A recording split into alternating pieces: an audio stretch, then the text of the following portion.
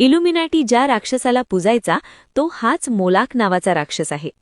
तुम्ही या सगळ्या गोष्टीला कितीही अंधश्रद्धा म्हणले तरी हे सगळे शक्तिशाली लोक सत्ता येण्यासाठी किंवा सिंगर लोक जगात यशस्वी होण्यासाठी अशा काळ्या शक्तीचा उपयोग करत असतात.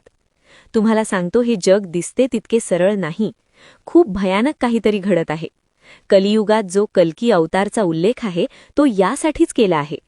इल्युमिनाटी मोलाकसारख्या काळी शक्ती जेव्हा या जगावर प्रभाव टाकतील, सगळ्यांना गुलाम करतील, तेव्हा कल्की अवतार येईल.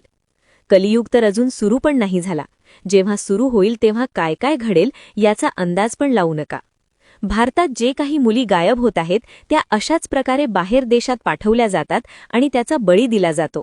आपल्या मुलांवर लक्ष देवा इतकेच सांगेल. याला अंधश्रद्धा समजण्याची चूक करू नका, कारण मोलाक मंदिरबद्दल प्रत्येक विदेशी व्यक्ती सोशल मीडियावर जनजागृती करत आहे. हे सगळे मूर्ख आणि आपण हुशार असा बालिशपणा करू नका.